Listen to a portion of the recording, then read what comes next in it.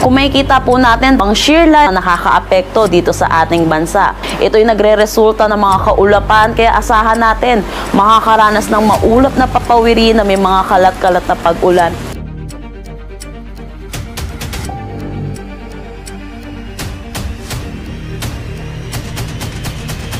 Manatiling may kaalaman at manatiling ligtas sa pamamagitan ng pagbisita sa aming YouTube channel para sa mga real-time na ulat panahon sa ating bansa. Laging tandaan, maging alerto at iba yung pag-iingat sa banta ng ulan, baha at pagguho ng lupa. Ngayon, oras na para marinig mula sa ekspertong meteorologist. Bibigyan tayo ng malalim na pagsusuri sa lagay ng panahon at ipapaliwanag ang anumang mahalagang kaganapan sa ating panahon ngayon o sa mga darating pang araw. Wala naman tayong nakataas na anumang gale warning sa anumang seaboards ng ating bansa.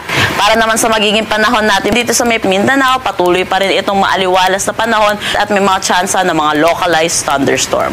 Gayon din dito sa may Palawan, Visayas, patuloy pa rin itong maaliwalas na panahon pero magiging mainit pa rin at may mga tsansa ng mga localized thunderstorm pagdating ng hapon at gabi.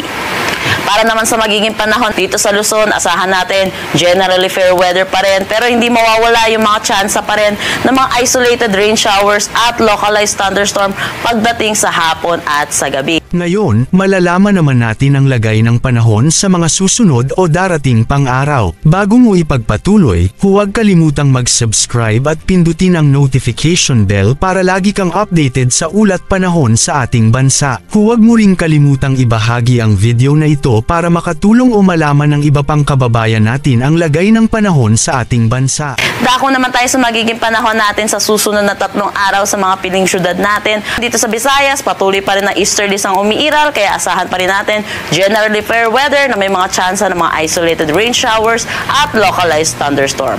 Ang agwat ng temperatura for Cebu, 27 to 32 degrees Celsius, Iloilo, 28 to 33 degrees Celsius, Calayan Islands at Puerto Princesa, 27 to 34 degrees Celsius, Tacloban, 26 to 33 degrees Celsius.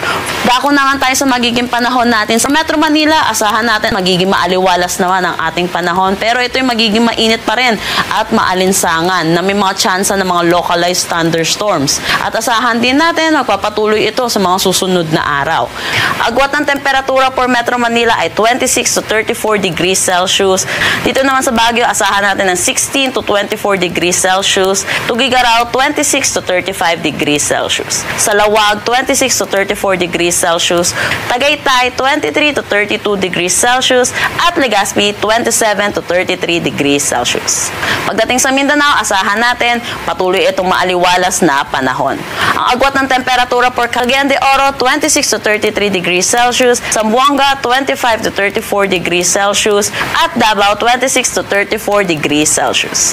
Yan muna ang ating weather update ngayon. Sana ay nakita ninyo ang broadcast na ito na nagbibigay kaalaman at kapaki-pakinabang. Maraming salamat sa DOST Pag-asa sa pagbabahagi ng kanilang mahalagang insight o ulat panahon. Samahan kami sa susunod para sa higit pang mga weather update sa ating bansa at manatiling nakatutok sa weather update ng bansa at huwag kalimutan i-share at mag-subscribe na rin. Mabuhay ang Pilipinas!